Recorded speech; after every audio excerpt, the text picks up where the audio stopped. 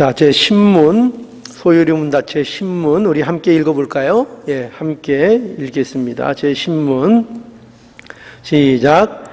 하나님이 사람을 어떻게 지으셨습니까? 예, 하나님이 사람을 어떻게 지으셨습니까? 자, 답은 다 함께 하시겠습니다. 시작. 하나님이 사람을 남녀로 지으시되 자기의 형상대로 지식과 공의와 거룩함이 있게 하사 모든 생물을 지배하게 하셨습니다. 예, 모든 생물을 지배하게 하셨습니다. 예, 질문에 대한 이해를 우리가 또 함께 나누도록 하겠습니다. 이 질문은 전제가, 이 질문도 역시 전제가 하나님의 하나님께서 사람을 지으셨다는 그 전제 아래 또 이 질문이 성립이 되는 거죠. 그렇죠? 그러니까 질문이 뭐냐면은 사람을 이제 어떻게 지으셨습니까? 하나님께서 사람을 창조하셨는데 그 사람을 어떻게 지으셨습니까? 하는 사람의 창조를 전제로 한 그런 질문으로 이 질문이 우리에게 등장을 하는 겁니다. 그러니까 인간에 대한 본질적인 문제인 거죠. 본질적인 문제. 이런 답변이 우리가 이해해야 할 중요한 문제이고, 우리가 어떻게 살아야 하는가라는 이런 문제들에 대하여 근본적인 해답의 실마리를 줄 수 있는 그런 질문과 그런 대답이 되는 것입니다. 자, 그래서 이 질문을 통해서 우리가 다시 한번 인간의 창조에 대한 이해를 좀 하도록 하겠습니다. 자, 답은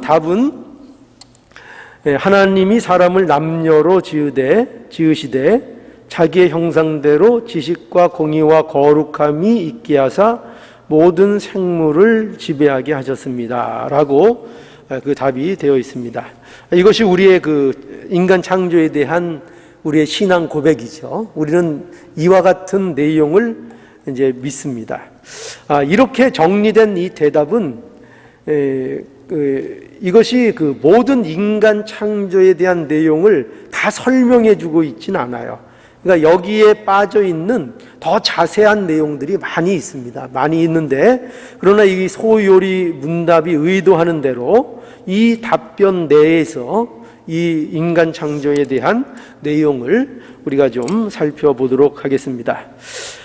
첫 번째는 답에 대한 이해, 하나님께서 인간을 어떻게 창조하셨느냐 할 때 1번, 우리 함께 읽어보죠. 1번 시작.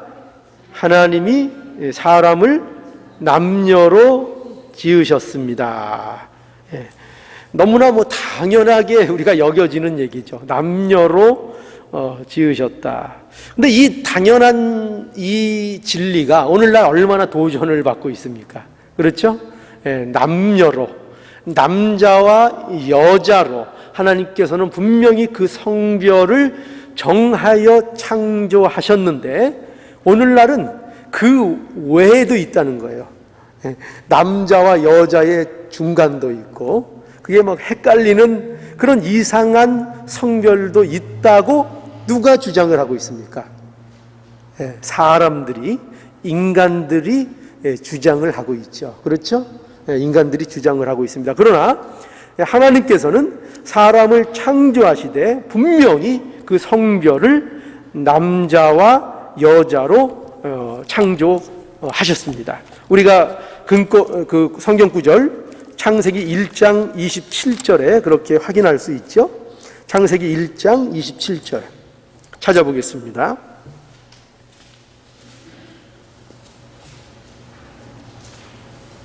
창세기 1장 27절.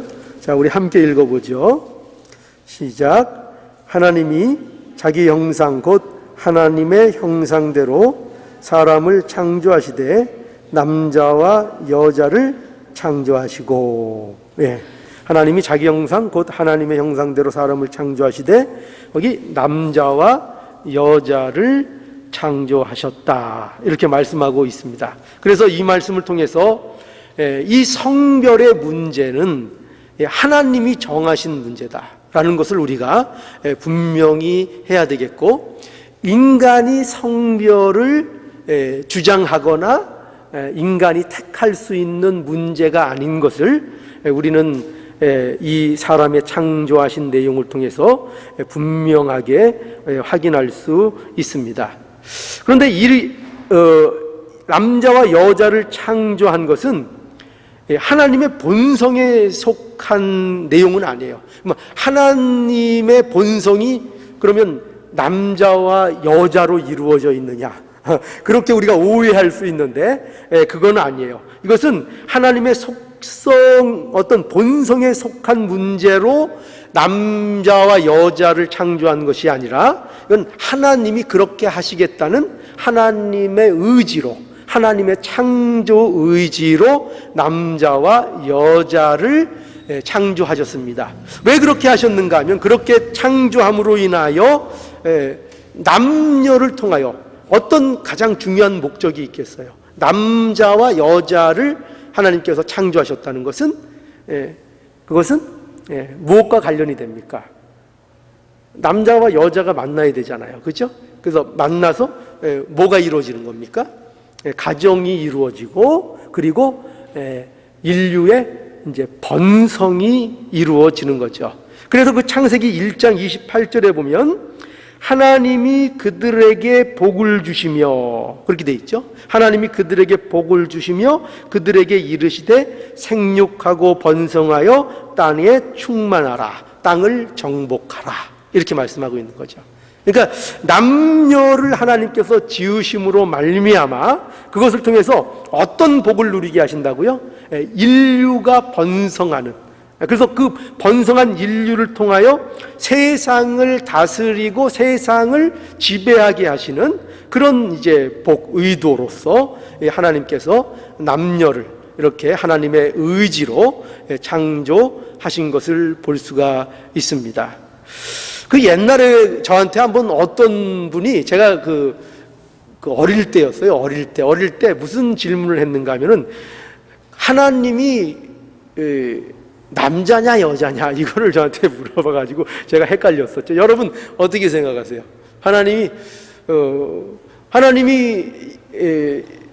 그 인간을 하나님의 형상대로 창조하셔서 남녀를 창조하셨으면, 그러면 하나님은 남자도 되고 여자도 되는 그런 뭐 중성이라든가, 아니면은 뭐 아수라백작, 여러분 아수라백작 아세요?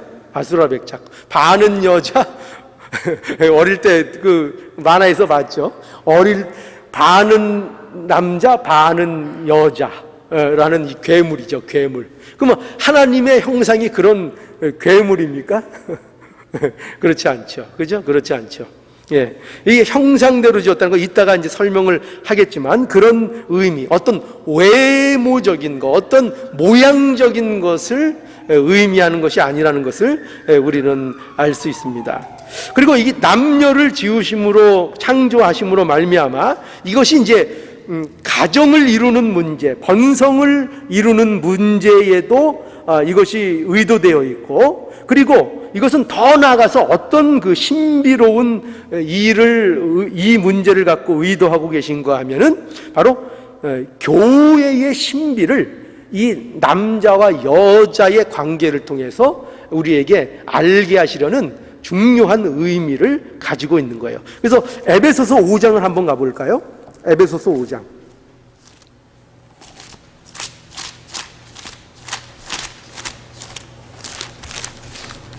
에베소서 5장 32절, 33절 함께 읽죠. 시작. 이 비밀이 크도다. 내가 그리스도와 교회에 대하여 말하노라. 그러나 너희도 각각 자기의 아내를 사랑하기를 자기같이 하고, 아내도 그 남편을 경외하라. 그죠? 이 남녀, 아내들에게는 남편에게 복종하고, 남편은 아내를 사랑하라는 이 여자와 남자의 관계를 통해서, 이것을 통해서 무엇을 하나님께서 우리에게 보여주시려고 하는가 하면은, 바로 교회의 그러니까 교회의 머리 대신 예수 그리스도와 그 지체된 성도들의 관계를 알게 하는 신비의 그 상징으로서 이 남녀가 또한 등장을 하는 것을 우리가 알 수 있습니다. 그래서 이 남녀의 관계를 잘 이해하는 것이 이 교회에 대한 이해를 돕는 중요한 또한 열쇠가 될 수 있습니다. 자, 그런 의미에서 이 교회의 신비를 보여주는 존재로서, 그러니까 우리의 어떤 의미에서 가정생활이 그런 의미에서 참 중요한 의미를 이제 갖고 있다고 볼 수 있습니다. 그래서 행복한 가정을 이루고 남편과 아내가 서로의 관계를 통해서 뭐를 우리가 이뤄나가고 실현하는 것을 보게 되는 거죠. 교회의 모습이 어떠한 것인가를 더욱더 이해할 수 있는 이러한 어떤 모습이 될 수 있는 것입니다. 그래서 교회의 신비를 보여주는 그런 존재로서 남자와 여자를 하나님께서 창조하셨습니다. 그래서 하나님의 창조, 첫 번째로 우리가 생각한 것은 하나님이 사람을 남녀로 지으셨다 하는 거고요. 자, 두 번째로는 우리 함께 읽어보죠. 두 번째, 하나님의 창조는 어떤 창조인가 할 때 두 번째, 자, 함께 읽겠습니다. 시작. 하나님이 사람을 자기의 형상대로 지으셨습니다. 하나님이 사람을 자기의 형상대로 지으셨습니다. 창세기 1장 26절에 보죠. 1장 26절. 하나님이 가라사대 우리의 형상을 따라 우리의 모양대로 우리가 사람을 만들고 그로 바다의 고기와 공중의 새와 육축과 온 땅과 땅에 기는 모든 것을 다스리게 하자 하시고. 자, 여기 보면은 하나님이 가라사대 여기 우리의 형상을 따라 이렇게 되어 있죠. 우리의 형상. 여기 우리라는 표현이 되어 있죠. 하나님이 우리의 형상을 따라 우리의 모양대로 우리가 사람을 만들자라고 해서 여기 하나님 자신에 대해서 어떻게 표현하고 있는가 하면 우리라는 표현을 하고 있죠. 그죠? 우리. 그러니까 우리라는 것은 하나를 얘기하는 게 아니고 복수를 얘기하는 거잖아요. 복수. 그래서 여기에서 우리라는 것을 통해서 이 삼위일체 되시는 하나님을 의미하는 것입니다. 그래서 우리는 이 하나님께서 그 인간들을 자기의 형상으로 창조하셨다라고 할 때 그 창조가 어떤 창조였는가 하는 특별함을 우리에게 보여주는 건데, 그 특별함은 뭐냐면은 바로 삼위일체 하나님께서 이 사람의 창조를 위해서 협의를 하셨다 이 말이에요. 그러니까 의논을 하셨다 이 말이죠. 그러니까 의논을 했다는 것은 뭐냐면은 그만큼 이 일이 특별하다는 것을 강조하고 있는 거예요. 그러니까 다른 것들을 창조하시고 만드실 때에는 이런 표현을 하지 않았고 오직 인간을 창조하실 때만 이 표현을 쓰셨다고요. 우리의 형상대로 우리의 모양대로 우리가 사람을 이렇게 지은다고 만들고 이렇게 해가지고 이 사람의 창조라는 것이 특별한 하나님께서 심혈을 기울인 하나님의 모든 어떤 그 지식과 지혜와 하나님의 그 가진 모든 속성을 동원하여서 모든 것을 사용하셔서 삼위일체 하나님의 협의로 인간을 창조하셨다라고 우리에게 말씀하고 있는 것입니다. 그래서 이것이 그만큼 중요한, 인간 창조가 얼마나 중요한 것인가라는 것을 이제 우리에게 말씀하고 있는 것이죠. 그래서 이 인간 창조, 이 창조의 내용들을 보면은요, 이 내용들이 특별히 인간 창조의 모든 어떻게 보면은 그 포인트가 강조점이 이루어져 있는 것을 우리에게 보여준다고 할 수 있습니다. 그래서 특별한 창조였다 하는 것이고요. 그러면 하나님의 형상대로 지으셨다라는 것은 무엇을 의미하느냐 할 때, 이거는 오늘 그 소요리 문답의 답변으로 우리가 이해를 하자면 하나님의 중요한 속성 세 가지를 예를 들 수 있습니다. 그게 뭐냐면 지식, 공의, 이제 거룩함이죠. 자, 이것을 우리가 어디에서 이런 속성을 또 찾아볼 수 있는가 하면 에베소서 4장을 한번 가보죠. 에베소서 4장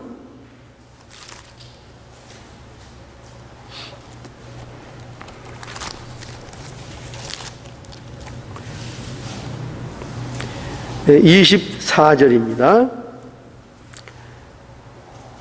에베소서 4장 24절 함께 읽죠. 23절부터 함께 읽죠. 시작.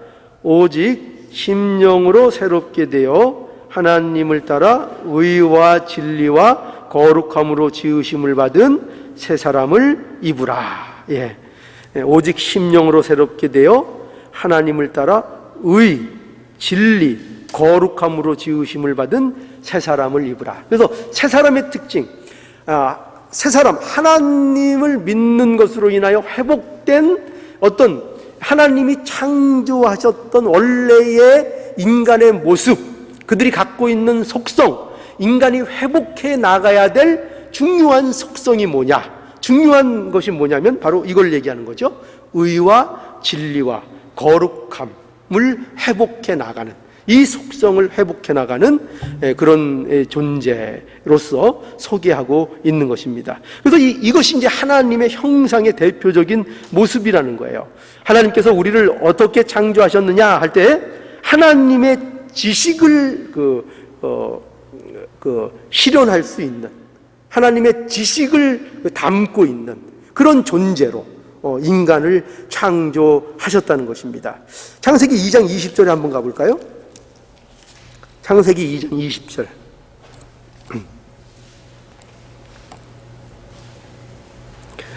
아담이 모든 육축과 공중의 새와 들의 모든 짐승에게 이름을 주니라. 예, 아담이 모든 육축과 공중의 새와 들의 모든 짐승에게 이름을 주니라 했는데, 이 이름을 준다는 것은, 이것은 무엇을 의미하는 건가 하면은 이 아담이 모든 사물을 바라볼 때에 그 사물이 갖고 있는 본질적인 요소들을 모두 꿰뚫고 통찰할 수 있는 그런 신적인 하나님이 주신 지식을 가지고 있는 존재였다라는 것을 드러내는 것입니다. 그러니까 이름은 뭐냐면은, 이름은 그 붙여진 것이 뭐냐면, 이름은 그것의 이 사물의 어떤 또는 동물의 본질을 설명하는 거예요. 그 이름이.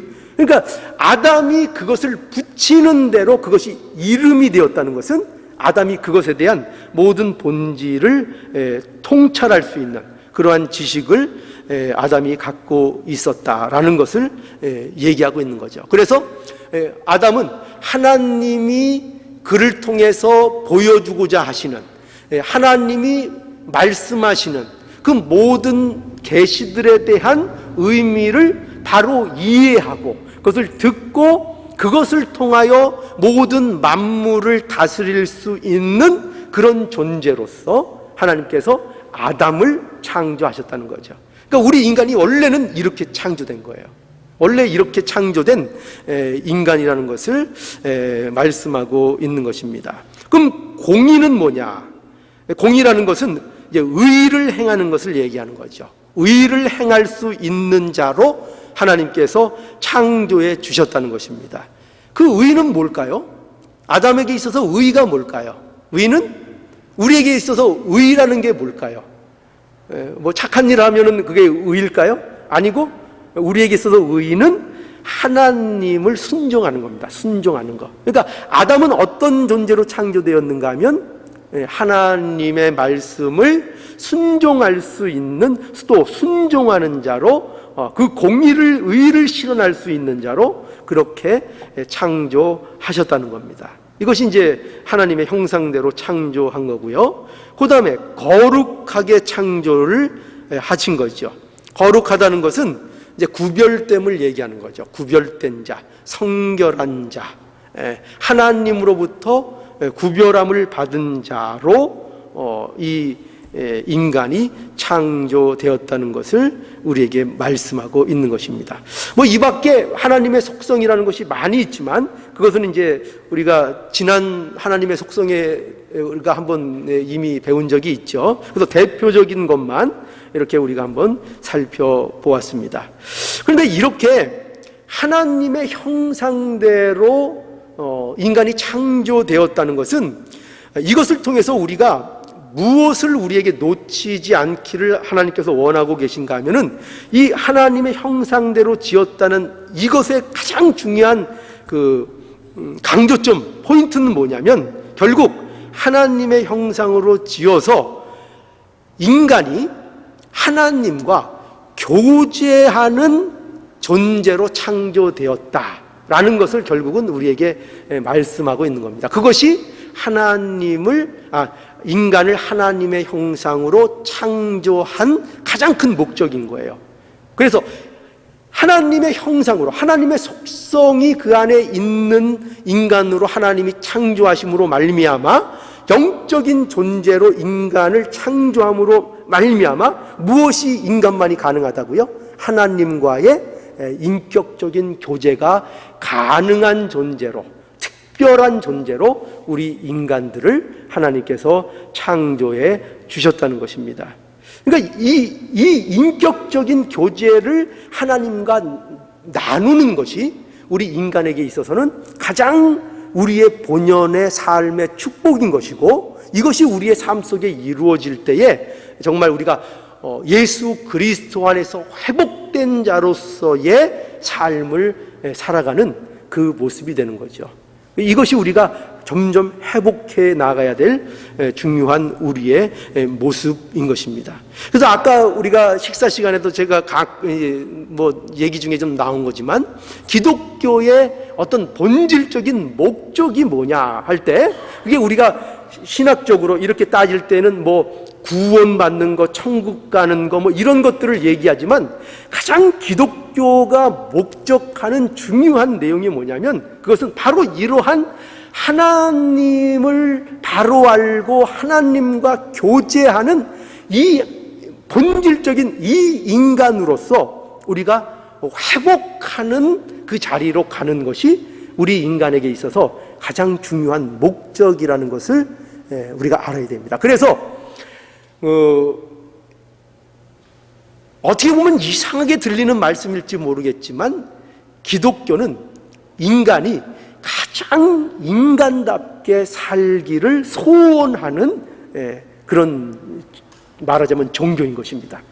가장 우리가 기독교는 너무 하나님만 찾고 전혀 휴머니즘적이지 않다, 인간적이지 않다, 이런 오해들을 많이 하시는데 그거는 절대로 기독교를 오해하고 있는 거예요.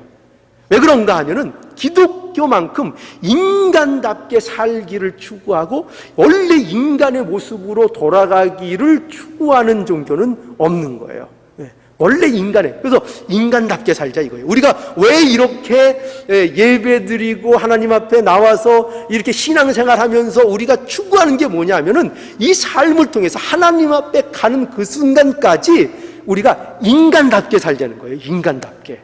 하나님이 원래 만들어주신 그 인간답게요. 인간답게. 세상에 휘둘리지 않고 세상 정욕, 세상의 욕심, 세상의 가치 이런 거에 휘둘려서 그거에 붙잡혀서 종처럼 매여서 쫓아다니고 그거에 끌려다니는 그런 인생 말고요. 그거 말고 그거는 인간답지 않다는 거예요. 그 인간답지 않고 우리는 어떻게 보면 그게 인간답다고 보여지잖아요. 아니라는 거예요. 인간은 그런 거에 휘둘리는 존재로 하나님이 만드신 게 아니에요. 그래서 인간답게 살자 이거예요. 인간답게. 여러분 인간답게 사시고 싶으세요? 예, 인간답게 사셔야 돼요. 그것이 우리에게 우리를 하나님의 형상대로 지으신 목적인 거예요. 인간답게 살아. 자, 그리고 세 번째, 이제 마지막으로 세 번째 보겠습니다. 함께 읽죠. 세 번째, 시작. 하나님이 사람을 모든 생물을 지배하고 다스리도록 지으셨습니다. 예. 그 창세기 1장 26절에도 보면 하나님이 가라사대 우리의 형상을 따라 우리의 모양대로 우리가 사람을 만들고 그로 바다의 고기와 공중의 새와 육축과 온 땅에 기는 모든 것을 다스리게 하자 하시고, 이게 하나님의 의도라는 거죠. 하나님의 의도고, 또 28절, 그래서 28절, 하나님이 그들에게 복을 주시며 그들에게 이르시되 생육하고 번성하여 땅에 충만하라, 땅을 정복하라, 바다의 고기와 공중의 새와 땅에 움직이는 모든 생물을 다스리라 하시니라. 그래서 사람을 창조하시되 모든 생물과 그 모든 것들을 지배하고 다스리도록 창조하셨다는 것을 우리에게 보여주고 있는 것입니다. 그래서 우리는 이 일을 예수 그리스도 안에서 회복을 가진 자들로서 이 일들을 우리의 삶 속에서 이루어가야 되는 거예요. 이게 왜냐하면 우리를 이렇게 지으셨으니까요. 그래서 하나님과의 교제를 통해서 아담에게 하나님께서 요구하셨던 것이 그거 아닙니까? 하나님과의 올바른 관계를 통하여, 그것을 통해서 뭘 하라고요? 그것을 통해서 이 세상, 너에게 허락한 이 세상을 다스리는 일을 하라고 아담에게 말씀하신 거 아닙니까? 그러니까 우리도 이 일을 해야 되는 거예요. 우리가 예수 그리스도 안에서 회복되어서 먼저 하나님과의 교제에서 바로 해야 되겠고, 하나님과의 관계에서 바로 서야 되겠고, 하나님의 말씀을 바로 이해해야 되겠고, 그래서 그 바로 이해한 하나님의 말씀을 통해서 우리는 또 무엇을 해야 된다고요? 이 세상을 다스리고 이 세상을 살아가는 그런 우리의 모습이 되어야 할 것을 말씀하고 있는 것입니다. 그래서 아까도 말씀드린 것처럼 그럼에도 불구하고 우리가 범죄함으로 말미암아 어떤 존재가 됐습니까? 범죄함으로 말미암아 오히려 다스려야 되는데 어떤 존재가 된 거예요? 휘둘리는 존재가 된 거죠. 휘둘리는 존재, 세상의 가치를 따라가는 존재, 세상 사람들이 잘 사는 거를 보면은 부러워하는 그런 마음이 생기는 존재. 그렇죠? 우리가 우리는 로또 사지 말자 이러면서도 누가 이웃에서 로또 당첨된 거 소식 들으면 나도 한번 같이 살 걸 그랬나, 이런 생각이 괜히 한번 들어오는 거 아닙니까? 그게 부럽지 않습니까? 잘 살면, 예수 안 믿어도 잘 사는 거 보면 너무 부럽지 않습니까? 왜 그러냐면 이것이 아직도 우리가 세상에 휘둘리는 세상 가치에 따라 우리가 이렇게 따라가고 싶어지는 이런 존재가 되었다는 것입니다. 우리는 세상을 의존하는 존재라기보다 세상을 다스려 나가고 세상을 인도해야 되는 그런 존재라는 것, 그렇게 하나님께서 창조하셨다는 것을 우리는 이 하나님의 창조 사역에서 분명히 알아야 되겠고, 그래서 이러한 고백을 우리 가운데 가져야 되겠습니다. 그래서 오늘 세 가지로 창조 사역에 대해서 살펴봤죠. 인간 창조는 남녀로 하나님께서 지으셨다 하는 것이고요, 하나님께서 인간을 자기의 형상대로 지으셨다 하는 것이고요, 그리고 하나님께서 사람을 모든 생물을 지배하고 다스리는 자로 지으셨다라는 것이 저와 여러분들이 인간 창조, 우리를 하나님이 창조하셨다는 것에 대해서 믿는 신앙적인 고백인 것입니다. 이것이 우리의 고백인 것입니다. 이 고백을 여러분들이 잘 기억하시고 간직하셔서 이러한 창조하신 의도에 합당한 삶을 우리가 살아갈 수 있도록 그리스도 안에서 항상 기도하고 그리스도 안에 거하는 우리의 모습이 되어야 되겠습니다.